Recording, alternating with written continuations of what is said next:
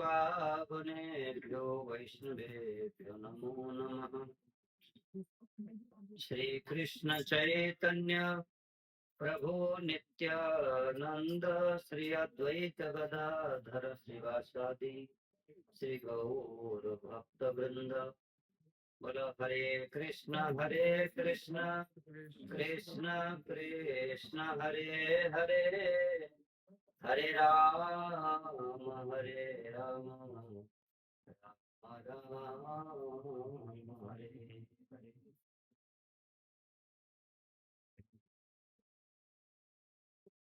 जड़े राजा थे,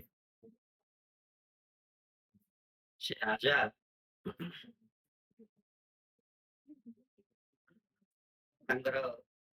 राज्य को बहुत साम्राज्य को विस्तार कले, समृद्धशाली हो गले, भागशाली मध्य हेले। किंतु राजांगर पुओ झियो किए नथिले। राजा जेतेबेले बयस बढ़िला, राजांग भितर चिंता आसिला कि एते बड़ साम्राज्य को मु बंचेबी केमती, का हाथ रे तोड़ी देबी। जे राजा से कौन सिलेक्शन ताकर केमती हो, निर्वाचित राजा केमती हेबे, आ तांकर प्रोटोकॉल सब जो टर्म एंड कंडीशन कौन रहबो, जैसे केमती राजगादी केमती छाड़ीबे, राज्य को केमती सुचारू भाव में चलेबे। न तो राजा यदि भोगी हेगला ताले गला, प्रजा को कौन पालन करियो, एते सब किछि मु रोजगार करते सब नष्ट हो जिवो। राजा बहुत विचार करी चिंता कले कि प्रजा गणतंत्र शासन करिया दरकार, माने प्रत्येक प्रजा राजा हे करियो। किंतु मोर हाथी पाट हाथी जाइकी जा मुंड उपरे कलसी ढालियो, पूर्ण कुंभ जा माथा उपरे रखियो, सी राजा। किंतु राजा निर्वाचित हेबा परे से किंतु 5 वर्ष परे कला पानी ताको जीवाकू पड़ियो। जंगल भीतर को नहीं, जमुना जो नदी भीतर छाड़ देवे, दीप भीतर सेठी तापर से सियाराम की जे साप आले हिंस्र जंतु मान थिबे सेटाको भोजन करे। कारण कौन ना, जेतबे पळे जे राजा 5 वर्ष परे पळे जीवाकू हबो, तेणु जेहेतु राजा हेबा परे भोग मध्य करि परिबे ना, से मरिवा चिंता ताको माडी बसियो, आसक्ति तांकर आउ रहिबे।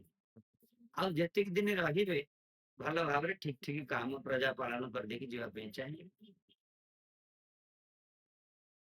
एबे आरंभ वाला प्रक्रिया, राजा निर्वाचित हेले, नूतन राजा आ समस्त 5 वर्ष पर जाउथांती कला पानी।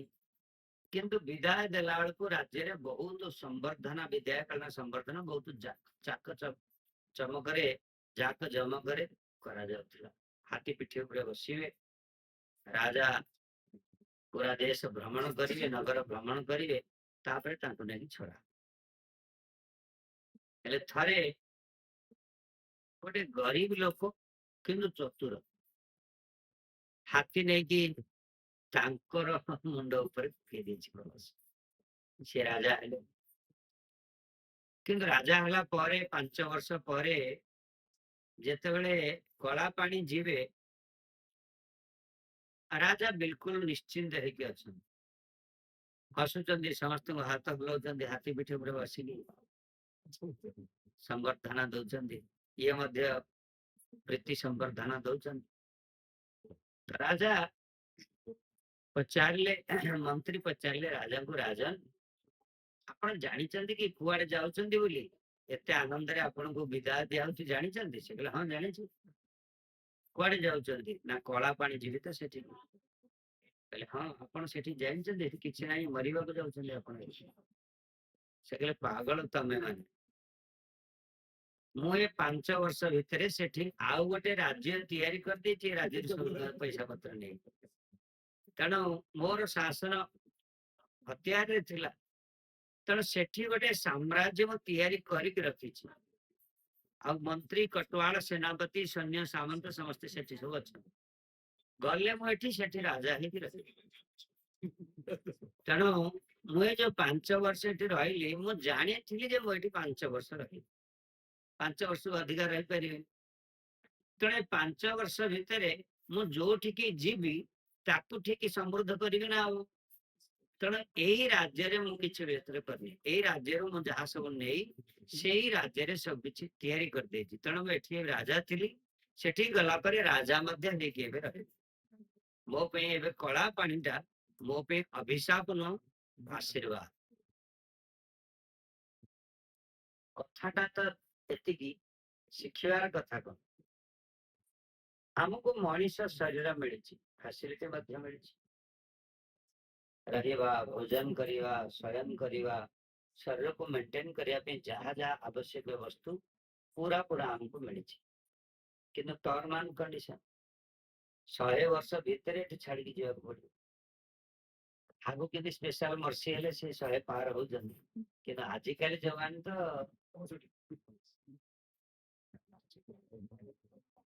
ଯେ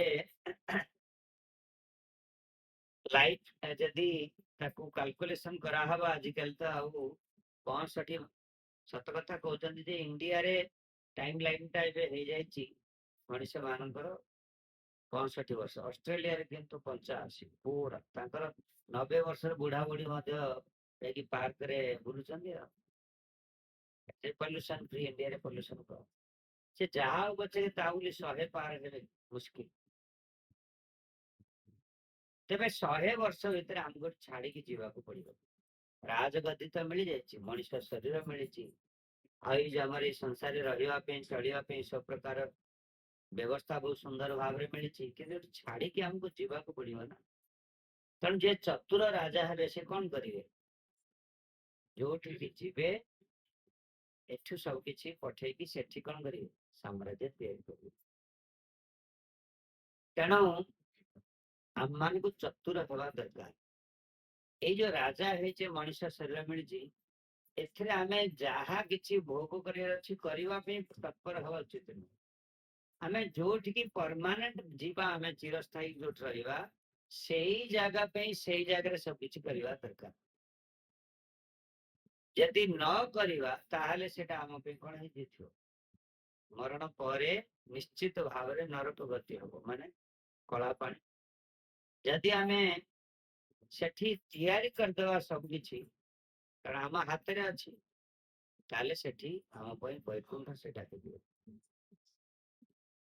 ବୈକୁଣ୍ଠ ଆଉ ନରକ କେବଳ ଭାବନା ଭିତରେ କଥା, ସତ କଥା। ଜୈସି କରନି ଏଇସି ଭରନି, ନ୍ୟାୟ यह ଭୁଲ ନାହିଁ।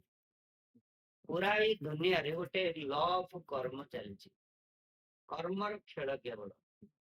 ଆପଣ ଦେଖନ୍ତୁ, ଜଣେ ଧନୀ କାହିଁକି, ଜଣେ ଗରିବ କାହିଁକି, ଜଣେ କଳା କାହିଁକି, ଜଣେ ଗୋରା କାହିଁକି, ଜଣେ ଅଶିକ୍ଷିତ କାହିଁକି, ଜଣେ ଶିକ୍ଷିତ କାହିଁକି? ପ୍ରତ୍ୟେକ କାର୍ଯ୍ୟର ଗୋଟେ କାରଣ ଅଛି ନା ନାହିଁ? କେତେକ କାରଣ ବିଚାର କରାଯାଇପାରେ, କିନ୍ତୁ ଆପଣ ଦେଖିବେ ମୂଳତଃ ଆମମାନଙ୍କର ପୂର୍ବ ଜନ୍ମର ଯାହା ସବୁ କର୍ମର ରେଜଲ୍ଟ ଆମେ ସବୁ ଭୋଗୁଛୁ। ଗୋଟେ ଲୋକ କମ ପରିଶ୍ରମରେ ବହୁତ କିଛି ପାଇପାରୁଛି, ଆଉ ଗୋଟେ ଲୋକ ଦିନ ସାରା ଖଟୁଛି କିନ୍ତୁ କମ ପାଉଛି। ଏତେ ସବୁ ପଛରେ ରିଜନ କଣ ଦେଖିବ? ରିଜନ ବାସ୍ତବରେ ଆମର ପୂର୍ବ ଜନ୍ମର ସଂସ୍କାର, କର୍ମ। ଗୋଟେ ପିଲା ଅଷ୍ଟମ, ଗୋଟେ ପୁରୀରେ ଜଣେ ଡାକ୍ତରଙ୍କୁ ଦେଖିଥିଲି, ସିଏ ମ୍ୟାଥମେଟିକ୍ସ କାଲକୁଲେସନ କରୁଛନ୍ତି, ସଲ୍ୟୁସନ ସବୁ କରୁଛନ୍ତି। a square plus b square plus ଆପଣ ଏସବୁ କଣ କରୁଛନ୍ତି ଏଇ ବୟସରେ? ସେ କହିଲେ କଣ କରିବି, ମ୍ୟାଥମେଟିକ୍ସରେ ମୁଁ ଭାରି ୱିକ୍ ଥିଲି, ତେଣୁ ଏବେ ଆଉ ଟିକେ ଭଲ କି କରିଦଉଛି। ବୋଲେ ଏବେ କାହିଁ କରୁଛନ୍ତି? ଏବେ ତ କୋଉ କାମରେ ଲାଗିବନି ମ୍ୟାଥମେଟିକ୍ସ। ଆପଣ ଏବେ ଆପଣ କଣ ଯାଇକି ଗୋଟେ କାଲକୁଲେସନ କରି ଇଞ୍ଜିନିୟର ହେବେ ନା କଣ ହେବେ ଯେ ଏଗୁଡା ସବୁ କାମରେ ଲାଗିବ? କହିଲେ ନାଇଁ ନାଇଁ ନାଇଁ ନାଇଁ, ଏଇ ଜନ୍ମରେ ସିନା ଲାଗିବନି, କିନ୍ତୁ ମୋର ସଂସ୍କାରଟା ଥିଲା ଆର ଜନ୍ମକୁ। କାରଣ ମୋ ସୂକ୍ଷ୍ମ ଶରୀର ସାଙ୍ଗରେ ଆମର ସବୁ ସଂସ୍କାର ଯିବ। ଏଠି ତ ଖାଲି ଖୋଳପଟାକୁ ଛାଡି ଦେଇ ଯାଉଛେ ନା, ଆଉ ଯାହା ସବୁ ରୋଜଗାର କରୁଛେ ସବୁ ଧରିକି ଯାଉଛେ। ଘରଟା ସିନା ନେବାନି, ଗାଡିଟା ସିନା ନେଇକି ଯିବାନି, ବ୍ୟାଙ୍କ ବାଲାନ୍ସ ପଇସାଟା ସିନା ବାଲାନ୍ସ, ଯୋଉଟା ବାଲାନ୍ସ ଅଛି ସେଟା ନେଇକି ଯିବାନି। କିନ୍ତୁ ଘରକୁ ନେଇକି ଯୋଉ ସଂସ୍କାର ତିଆରି କରିଛ ସେ ସୁଖ ଶରୀର ସାଙ୍ଗରେ ଯିବ। ତମ ପଇସାକୁ ଯେମିତି ତମେ ୟୁଟିଲାଇଜ କରିଛ, ମଦୁଆକୁ ଦେଇଛ, ଗୁଲିଆକୁ ଦେଇଛ, କି ତାକୁ ଖାଲି ଭୋଗ କରି ଖାଇ ପିକି ବଞ୍ଚିଛ, ଇଏ ସବୁ ଥିବ ତମ ସାଙ୍ଗରେ, ସବୁ କିଛି ଯିବ, ଗୋଟେ ହେଲେ ରହିବନି ଏଠି। ଆପଣ ଯେମିତି ସରକାର ଚାକିରି କରିଛନ୍ତି, ଗଲା ବେଳକୁ ଆପଣ ଗୋଟେ ସର୍ଭିସ ବୁକ୍ ଲେଖା ହଉଛି ନା, ଛାଡିକି ଆସିଲା ବେଳେ ଚେୟାରଟା ଛାଡିକି ଆସିବେ, ଅଫିସ ଛାଡିକି ଆସିବେ, ଫାସିଲିଟି ସବୁ ଛାଡିକି ସିନା ଆସିବେ, କିନ୍ତୁ ସେଗୁଡା ଛାଡିଲେ କଣ ହବ? ଯୋଉଟା ମୂଳ ବସ୍ତୁ ନେଇକି ଆସିବା କଥା ନେଇକି ଆସିବେ ତ, ଏକ୍ସପିରିଏନ୍ସ ଟା ନେଇକି ଆସୁଛନ୍ତି ନା ନାଇଁ। ସର୍ଭିସ ବୁକ୍ ରେ ଯଦି ଭଲ ଥିବ ତାହେଲେ ଆପଣଙ୍କୁ ପେନସନ ମଧ୍ୟ ଭଲ ମିଳିବ, ସବୁ କିଛି। ସେମିତି ଏଇ ଜୀବନରେ ଆମକୁ ମଣିଷ ଜୀବନ ମିଳିଛି ମାନେ ନୁହଁ କି ମିଳିଗଲା ତ ବାସ ଯାହା ଅଛି କର, ତାର ସରିଲା, ସବୁ କିଛି ଖତମ, ସବୁ କିଛି ଖତମ ହୁଏ। ଆମର ପୁରା ପୁରା ବସ୍ତୁ ଆମ ସଙ୍ଗରେ ଯିବ, ଆମ ସଂସ୍କାର ଆମ ସଙ୍ଗରେ ଯିବ। ଏବେ ଯେମିତି ଆମ ସଂସ୍କାର ଆମ ସଙ୍ଗରେ ଆସିଛି, ଆପଣ ଦେଖିବେ ସେଇ ଆପଣ 2 ଜଣ ରହୁଥିବେ ଏକା ବୟସର ଲୋକ, ଜଣଙ୍କର ମାଛ ମାଂସ ଖାଇବାରେ ନେଗେଟିଭ ଜିନିଷରେ ପ୍ରଚୁର ଆସକ୍ତି, ପୁରା ଆଟାଚମେଣ୍ଟ ଛାଡି ସେ ରହିପାରିବେ। କିନ୍ତୁ ଆଉ ଜଣେ ଲୋକ ଦେଖିବେ ପୁରା ସାତ୍ଵିକ, ତାଙ୍କୁ ମନ୍ଦିର ଯିବାକୁ ଭଲ ଲାଗେ, ସାଧୁ ସଙ୍ଗ ଭଲ ଲାଗେ, ନିଜର ଟିକେ ବସିବେ, ହରିନାମ କରିବେ, ପଜିଟିଭ ଭାଇବ୍ରେସନ ଭଲ ଲାଗେ, ମାହୋଲ ପଜିଟିଭ ଭଲ ଲାଗେ ତାଙ୍କୁ।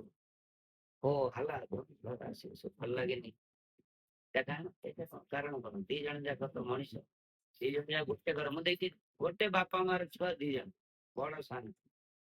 ଆମର ଗୁରୁଜା ପାଖକୁ ଯାଇଥିଲେ ପୁରୀ, ସାନ ଭାଇ କି କହୁଛି ଗୁରୁଜା ମତେ ହରିନାମ ଦେ, ମୁଁ ହରିନାମ କରିବି। ଆଉ ବଡଟା ତା ପାଖରେ ବସିଥିଲା, ଗୁରୁଦେବ ପଚାରିଲେ, ଏଇ ତୁ ହରିନାମ କରିବୁ? ନାଇଁ। ବଡଟା ହଉଛି 12 ବର୍ଷ, ସିଏ ହଉଛି ମାତ୍ର 8 ବର୍ଷ। ହରିନାମ କରିବୁ? ନାଇଁ। ନାଇଁ କରିବି। ଏ ବୁଲିବୁ? ହଁ ବୁଲିବୁ। ଆଉ କହିଲେ ମୋ ସାଙ୍ଗରେ ଯିବୁ? ନାଇଁ। ଯାହା କହିଲେ ପଜିଟିଭ ଜିନିଷ ଆଗରେ ନାଇଁ କରୁଛୁ। କହିଲେ ଖାଇବୁ? ହଁ ଖାଇବୁ। ତ 2 ଜଣ ଯାକ ଭିତରେ ଏତେ ଫରକ ଆସିଲା କେମିତି? ସଂସ୍କାର, ପୂର୍ବ ଜନ୍ମର ସଂସ୍କାର। ତେଣୁ ଆମମାନଙ୍କର ପାଖରେ ଗୋଟେ ଏନର୍ଜି ଦିଆଯାଇଛି, ଭଗବାନ ଦେଇଛନ୍ତି, ଶରୀର ଦେଇଛନ୍ତି, ମାନେ ଗୋଟେ ଫିଜିକାଲ ପୋଟେନ୍ସ ଦେଇଛନ୍ତି, ଶାରୀରିକ ଶକ୍ତି। ଆଉ ଗୋଟେ ମାନସିକ ଶକ୍ତି ଦିଆଯାଇଛି, ବୌଦ୍ଧିକ ଶକ୍ତି ଦିଆଯାଇଛି, ଚିନ୍ତା କରିପାରିବା, ନିର୍ଣ୍ଣୟ ନେଇପାରିବା। ଆଉ ଗୋଟେ ବାଚନିକ କରିବାର ଶକ୍ତି ଦିଆଯାଇଛି। ଆଉ ଏଇ 3ଟାକୁ ୟୁଟିଲାଇଜ କରିବା ପାଇଁ ଗୋଟେ ଟାଇମ ଫ୍ରେମ ଦିଆଯାଇଛି ଆମକୁ, ଜନ୍ମରୁ ଏ ପର୍ଯ୍ୟନ୍ତ। ଯେମିତି ଆପଣ କରିବେ, ଯାହା ଯାହା କିଛି 3ଟା ଶକ୍ତିକୁ ୟୁଟିଲାଇଜ କରିବେ, ନ କରିବେ ନଷ୍ଟ ହେଇଯିବ, ଗଲା ନଷ୍ଟ ହେଇଯିବ। କରିବାକୁ ହିଁ ପଡିବ। ଆମେ କରୁଛେ ମତେ, ଆପଣ ଯୋଉଥିରେ କାମରେ ଲଗାଉଛନ୍ତି ଲଗନ୍ତୁ, ନିଜର ଶାରୀରିକ ଶକ୍ତି କି, ମାନସିକ ଶକ୍ତି କି, ବାଚନିକ ଶକ୍ତି। ଟାଇମ ପାସ୍ ହବ ହିଁ ହବ, ଟାଇମ ପାସ୍ ହବ, ତାହେଲେ ତ ସମସ୍ତଙ୍କୁ ଏଠି ଯିବାକୁ ପଡିବ। ତେଣୁ ଥିବା ସମୟ ଭିତରେ ଆମକୁ ଠିକ ଠିକ ଭାବରେ ବୁଝିବା ଦରକାର ଯେ କଣ ପାଇଁ ଆସିଛେ, ଆଉ ଯିବା କୋଉଠିକି, ତାହେଲେ ସେଠିକି ଯିବାକୁ ହେଲେ କଣ କରିବା ଦରକାର। ଠିକ ଅଛି। ଯଦି ଏଇଟାକୁ ଆମେ ଠିକ ଭାବରେ ନ କରିପାରିବା, ତାହେଲେ ପ୍ରତ୍ୟେକ ବସ୍ତୁର ଯଦି ପ୍ରପର ୟୁଟିଲାଇଜ ନ କରିଲେ, ତାହେଲେ ଫ୍ରଷ୍ଟ୍ରେସନ ହବ। ଫ୍ରଷ୍ଟ୍ରେସନ କାହିଁକି? ଫ୍ରଷ୍ଟ୍ରେସନ କାହିଁକି? ଏଇଟା ମାଇଣ୍ଡଟା, ଏଟାକୁ ମୁଁ ଯଦି ବ୍ରଶ କରିକି ୟୁଟିଲାଇଜ କରିବି, ତାହେଲେ ଏଟା ଫ୍ରଷ୍ଟ୍ରେସନ ଦବ। ତେଣୁ ମଣିଷ ଶରୀରଟା ମିଳିଛି ଯୋଉଥିପାଇଁ, ସେଇ କାମ ପାଇଁ ଲଗେଇଲେ ସେ ଫ୍ରଷ୍ଟ୍ରେସନ ଦବ। ଯଦି ତାକୁ ଛାଡିକି ଆମେ ଅନ୍ୟ କୋଉଥିରେ ଲଗେଇବା, ତାହେଲେ କଷ୍ଟଟା ହେବ। ମଣିଷ ଶରୀରଟା ମିଳିଛି କୋଉଥିପାଇଁ? ୟାକୁ ଆପଣ ବାକି ଦେଖନ୍ତୁ, ସବୁ ପ୍ରକାର ସୁବିଧା ମଣିଷ ପାଇଗଲାଣି, ତାପରେ କଣ କରିବ? ଆପଣ ପଇସା ରୋଜଗାର କରିଦେବେ, 30 ବର୍ଷ ହେଲା ବେଳକୁ ଅମାପ ସମ୍ପତ୍ତି ରୋଜଗାର କରିବେ, ଘର, ଗାଡି, ବ୍ୟାଙ୍କ ବାଲାନ୍ସ, ସବୁ କିଛି ହେଇଗଲା। ଏବେ କଣ କରିବେ?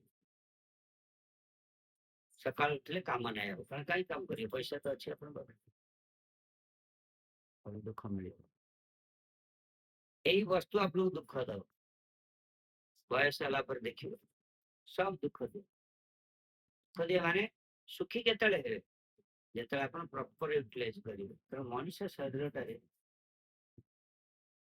ଆମେ ମିଳିଛି, ଯଦି ଆପଣ ଓଡିଆ ଭାଗବତ ପଢିବେ ସେଥିରେ ଗୋଟେ ବହୁତ ବଢିଆ ପଦ ଲେଖିଛନ୍ତି ଯେ ମନୁଷ୍ୟ ଜନ୍ମରେ ଲାଭ ଯେବେ ଗୋବିନ୍ଦେ କରେ ଭାବ।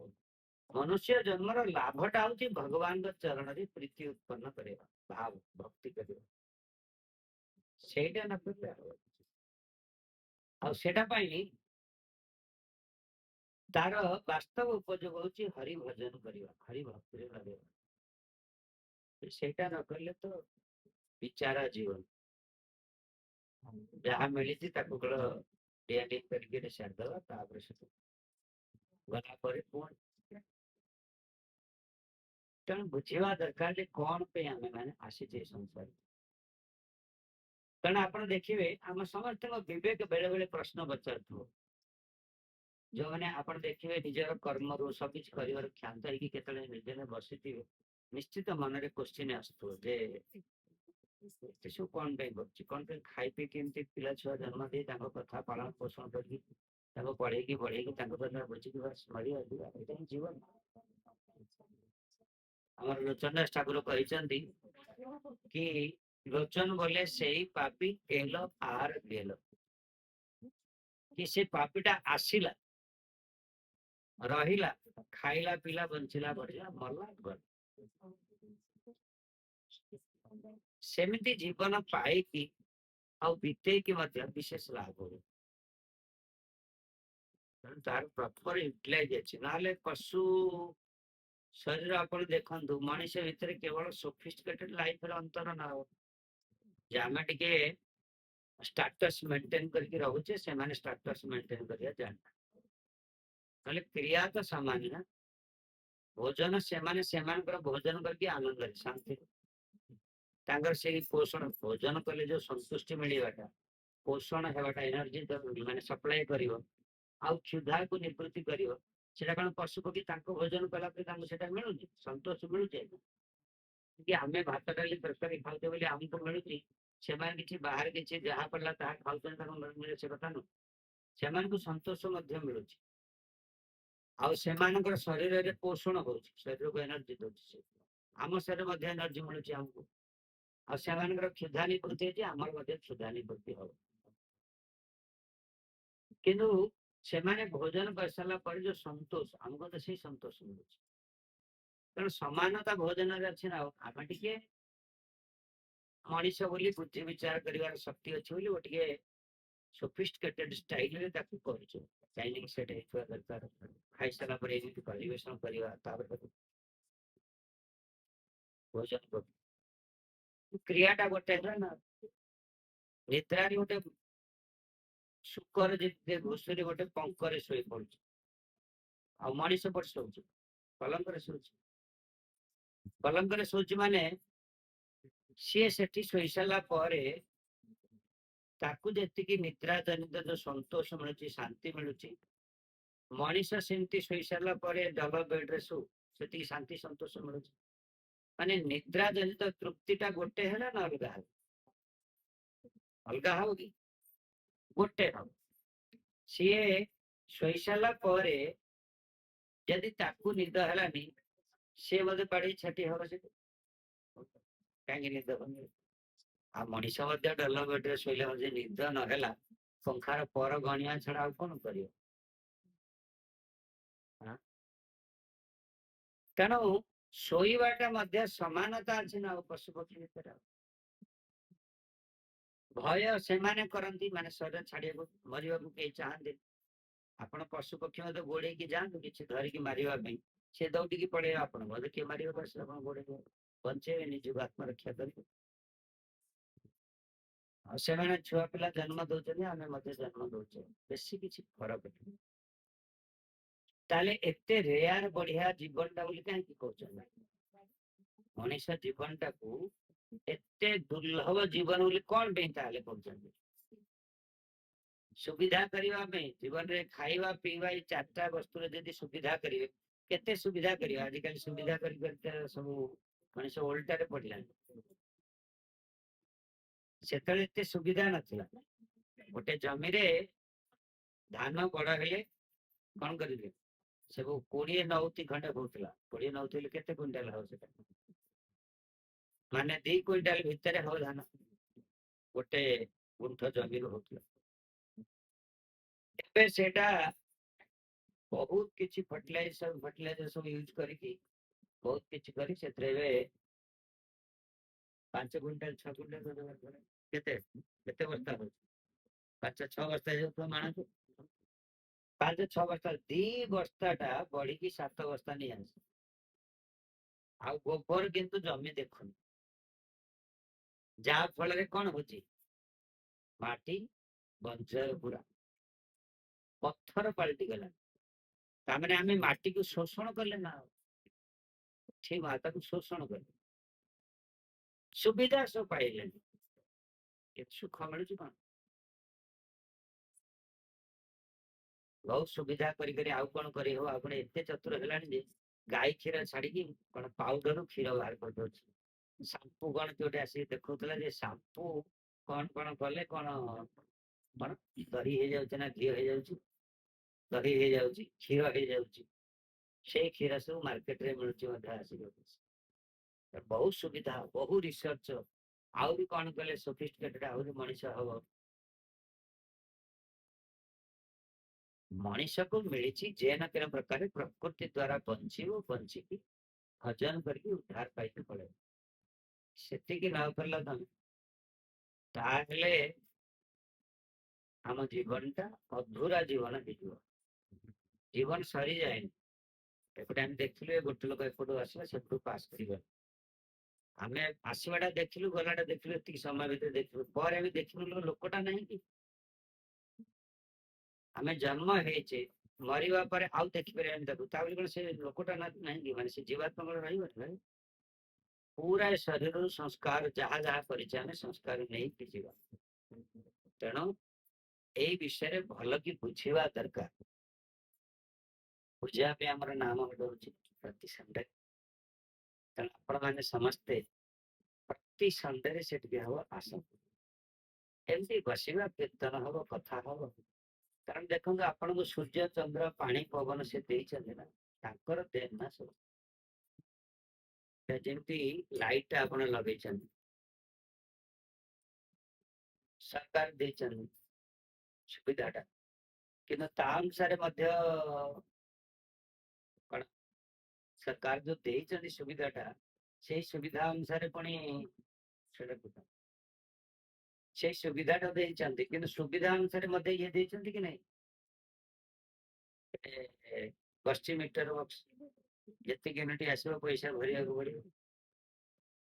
ପାଣି ସପ୍ଲାଏ ହଉଛି, ଆଜିକାଲି ପାଣି ସପ୍ଲାଏ ମିଟର ଲାଗିଲାଣି ନା, ଯେତିକି ପାଣି ୟୁଟିଲାଇଜ କରିବ ସେତିକି ପଇସା ଦେବାକୁ ପଡିବ।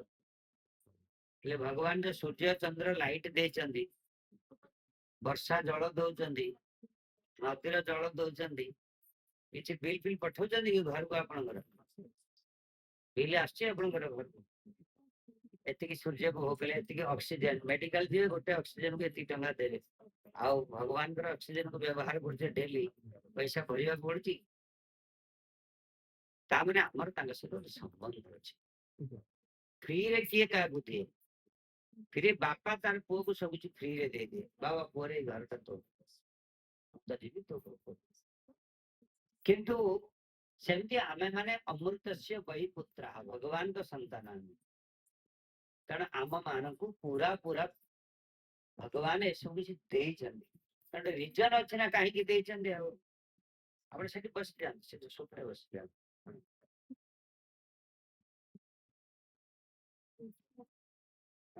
ତେଣୁ ଆମମାନଙ୍କୁ ଗୋଟେ ଫାସିଲିଟି ଦିଆଯାଇଛି, ଏଇଟାକୁ ବୁଝିବାକୁ ପଡିବ, ଠିକ ଅଛି। ତେଣୁ ଜୀବନ ଯେତେ ଦିନ ଅଛି, ଆମର ତାଙ୍କ ସହିତ ଯୋଉ ନିତ୍ୟ ସମ୍ବନ୍ଧ ଅଛି ସେଟାକୁ ଖୋଜିବା, ବାହାର କରିବା। ଆଉ ଏଇଟା ନିଜେ ଖୋଜିଲେ ହବନି ତ, ଶାସ୍ତ୍ର ଆଉ ସାଧୁ ଏଇ 2 ଜଣଙ୍କର ଆନୁଗତ୍ୟରେ ଆମେ ଯଦି କରିବା ତାହେଲେ ସେଟା ହବ, ନହେଲେ ହବ। ଜୀବନ ମାନେ ଆପଣଙ୍କୁ ବାଣ୍ଟି ଦେବାକୁ ପଡିବ। ଯେମିତି ପଇସା ଘରକୁ ଆସିଲେ ଆପଣ ମିଳୁଛି ଧରାଯାଉ 1,00,000 ମିଳୁଛି ସାଲାରୀ, ତାହେଲେ ଆପଣ ଗୋଟେ ସବୁ ଡିଭାଇଡେସନ କରିଛନ୍ତି ନା ଆଉ। ଯେ ପୁଅ ଝିଅ ପାଇଁ ପାଠ ପଢିବ, ସେ ହଷ୍ଟେଲରେ ରହୁଛି, ତା ପାଇଁ ତ 20,000 ଦରକାର। ତ ଆମର ମାସ ସାରା ଗ୍ରୋସରୀରେ ଖର୍ଚ୍ଚ ହବ 40,000, ତାକୁ ରଖୁଛନ୍ତି। ଆଉ 5,000 କୋଉଠି ଦାନ ପୁଣ୍ୟ କିଛି ହବ, କଣ ଯଦି ହେଲା ଭଲ କାମରେ ରଖୁଛନ୍ତି। ଆଉ 10,000 ଇମର୍ଜେନ୍ସି ପାଇଁ କଣ ଲାଗିବ ତାକୁ ବାଣ୍ଟୁଛନ୍ତି। ସେମିତି ଯୋଉ ସମୟଟା ଆପଣଙ୍କୁ ଏନର୍ଜି ସମୟ ମିଳିଛି ତାକୁ ମଧ୍ୟ ବାଣ୍ଟି ଦିଅନ୍ତୁ ନା। ଡ୍ୟୁଟି କରିବେ 8 ଘଣ୍ଟା, ବିଶ୍ରାମ କରିବେ 8 ଘଣ୍ଟା, ତଥାପି ତ ଆହୁରି 8 ଘଣ୍ଟା ବଞ୍ଚିଛି ନା, ତାକୁ କୋଉଥିରେ ଲଗେଇବେ? ସ୍ନାନ କରିବେ, ରୋଷେଇବାସ କରିବେ, ଖାଇବେ ପିଇବେ, ସେଥିରେ ଦିଅନ୍ତୁ 2 ଘଣ୍ଟା, ଆହୁରି 6 ଘଣ୍ଟା ଅନାବନା କାମରେ 2 ଘଣ୍ଟା ଦିଅନ୍ତୁ। ବୁଲିବା ଖେଳିବା ପାର୍କ ଯିବା ଆସିବା, ଆଉ ତ 2 ଘଣ୍ଟା ରହିଲାନି। ଆଉ ଘଣ୍ଟେ ମିସଲ୍ୟାଣ୍ଡରେ, ଆଉ ଘଣ୍ଟେ ତ ଦିଅନ୍ତୁ ଠାକୁରଙ୍କୁ। ଆଉ ଏଇ ଘଣ୍ଟେ ଦେଇକି ଦେଖନ୍ତୁ ଆପଣଙ୍କର 23 ଘଣ୍ଟା ପ୍ରପର ୟୁଟିଲାଇଜ ହେଇଯିବ। ଆଜିକାଲି ପିଲାମାନଙ୍କୁ ତ ସବୁ ସୁବିଧା ଦିଆ ହେଇଗଲାଣି, ପାଠ ପଢିବା ପାଇଁ ଯେମିତି କୋଚିଂ ମିଳୁଛି, ଆଉ ଫ୍ୟାସିଲିଟି ସବୁ କିଛି, ଆଉ ଅତ୍ୟାଧୁନିକ ଶୈଳୀ ମଧ୍ୟ ବଢିଆ ସବୁ ଅଛି। କିନ୍ତୁ ପିଲା ଆଜିକାଲି ସୁଇସାଇଡ କାହିଁ କରୁଛନ୍ତି? ପଇସା ପତ୍ର ଅଭାବ ନାହିଁ। ଆମେ ପାଠ ପଢିଲା ବେଳେ ଗୋଟେ ବର୍ଷକୁ ଗୋଟେ ହଳ ଡ୍ରେସ୍ ହବ, ଗୋଟେ ଡ୍ରେସ୍ ହେଲେ ପୁରା ବର୍ଷ ସାରା ବିତିବ। ନହେଲେ ବଡ ହେଲେ 2ଟା ଡ୍ରେସ୍। ଏଇ ଗଣେଶ ପୂଜା ଆସିବ, ନହେଲେ ଦଶହରା ପୂଜାରେ ହବ, ନହେଲେ ଆଉ ଥରେ ଯାଇକି ସେ ଯୋଉ କଣ କାର୍ତ୍ତିକ ସରସ୍ଵତୀ ପୂଜା, ନହେଲେ କୁମାର ପୂର୍ଣ୍ଣିମା ହେଲେ ହବ, ମାମୁଁ ଘର ଦେଇଥିବେ। କିନ୍ତୁ ଆଜିକାଲି ପିଲାମାନେ ଯେତେବେଳେ ଚାହିଁଲେ ଯଦି ନୂଆ ଷ୍ଟାଇଲ କଣ ଆସିଲା ସାଙ୍ଗେ ସାଙ୍ଗେ ପିନ୍ଧିବା, ଡ୍ରେସ୍ କମି ନାହିଁ, ଗାଡି ଘୋଡା କମି ନାହିଁ, କୋଚିଂ କମି ନାହିଁ, ଆଉ ପାଠ ପଢାରେ କୌଣସି ସ୍କୁଲ କଲେଜ ଆଜିକାଲି ଆପଣ ଘର ଯେମିତି ଆଜି ଭଳିଆ ଆପଣ ଯେ ସ୍କୁଲ ହଷ୍ଟେଲ ସବୁ ସେମିତି ତିଆରି ହେଇଥିବ, ମାନେ ପିଲାକୁ ଘରେ ଯେମିତି ଫିଲ୍ ହଉଛି ହଷ୍ଟେଲରେ ସେମିତି ଫିଲ୍ ହେବା ଦରକାର ସବୁ କିଛି ପାଇଁ। ପିଲା ଗୁଡାକ ଆଜିକାଲି ଅଯୋଗ୍ୟ ହଉଛନ୍ତି କାହିଁକି? ତେଣୁ କେବଳ ବହୁତ କିଛି ସୁବିଧା ମିଳିଗଲା ହବନି, ସଂସ୍କାର ଦରକାର, ଭିଜନ ଦରକାର, ଗୁଣ ଦରକାର। ତେଣୁ ରାଜାଙ୍କ ଭଳି ଆମକୁ ଚତୁର ହବାକୁ ପଡିବ। ଯେତିକି ଦିନରେ ସମୟ ମିଳିଛି ସେତିକି ଦିନରେ ଭଜନ ସାଧନ କରି ଯୋଉଠିକି ଯିବା, ଆଉ ସେଠିକି ଯିବା ପାଇଁ ଏଠୁ ଚାହିଁଲେ ମଧ୍ୟ ହବନି ଯେ କେମିତି କଣ କରିକି ମାନେ ଧରିକି ପଳେଇ ଯିବି। ଗୋଟେ ପଳେଇଦେବେ ବିଲକୁଲ ଯିବେ, ଶରଟା ନେଇକି ଯାଇପାରିବେନି, ଆଉ କଣ ନେଇକି ଯିବେ? ସବୁ ଛାଡିକି ଯିବାକୁ ପଡିବ। ସେଠି ନେବାକୁ ହେଲେ ଡଲାର, ଯେମିତି ଆମେରିକା ଯିବେ ଭିସା ପାସପୋର୍ଟ ହେଲା, ତାହେଲେ ଆମେରିକା ଗଲାବେଳକୁ କଣ କରିବାକୁ ପଡିବ? ଆପଣଙ୍କୁ ଡଲାରରେ କନଭର୍ଟ କରିକି ଏକ୍ସଚେଞ୍ଜ କରିକି ନେବାକୁ ପଡିବ ନା ପଇସାଟାକୁ। ସେମିତି ସେଠି ଗଲା ବେଳକୁ ଆପଣଙ୍କୁ ଚେଞ୍ଜ କରିକି ନେବାକୁ ପଡିବ। କେମିତି ଚେଞ୍ଜ କରିବେ? ଯଦି ହରିନାମ କରିଥିବେ, ସମୟଟାକୁ ଲଗେଇଥିବେ ହରିନାମରେ, ଭଗବାନଙ୍କ ନାମରେ, ସେଟା ଏକ୍ସଚେଞ୍ଜ ହେଇଯିବ। ସେତିକି ସମୟ ଆପଣଙ୍କୁ ପ୍ରପର ୟୁଟିଲାଇଜ। ଭଗବାନଙ୍କର କଥା ଶୁଣିଲେ ଫୁଲ ଟିକେ ଦେବେ, ଠିକ ଅଛି। ତେଣୁ ଆମର ନିବେଦନ, ଆପଣ ମାନେ ଏବେ ସନ୍ଧ୍ୟା ବେଳକୁ ପ୍ରତିଦିନ ହରିକଥା ହଉଛି, ଆଉ ଆସନ୍ତୁ, ସେଠି ପ୍ରସାଦ ମଧ୍ୟ ବ୍ୟବସ୍ଥା ସମସ୍ତଙ୍କ ପାଇଁ ହେଇଛି। ଆଉ ପ୍ରତି ସଣ୍ଡେରେ ଆମର ନାମଟା ସେଣ୍ଟରରେ କୀର୍ତ୍ତନ ହରିକଥା ପୁରା 10:30ରୁ 1:30 ପର୍ଯ୍ୟନ୍ତ ପ୍ରୋଗ୍ରାମ ହଉଛି। ବାକି ଘର ସପ୍ତାହ ଜାଗାରେ ଘର କାମ କରନ୍ତୁ, ସବୁ କିଛି କରନ୍ତୁ, ସେଠି ଶିଖନ୍ତୁ, ତାହେଲେ ମଣିଷ ଜୀବନର ସଫଳତା ବିଷୟରେ ବୁଝି ହବ, ଜାଣି ହବ, ଅନୁଭବ କରିବେ। କିଛି ହରେ କୃଷ୍ଣ। वंशा कल्पतरुभ्यश्च कृपा सिन्धुभ्यैव च पतितानां पावनेभ्यो वैष्णवेभ्यो नमो नमः।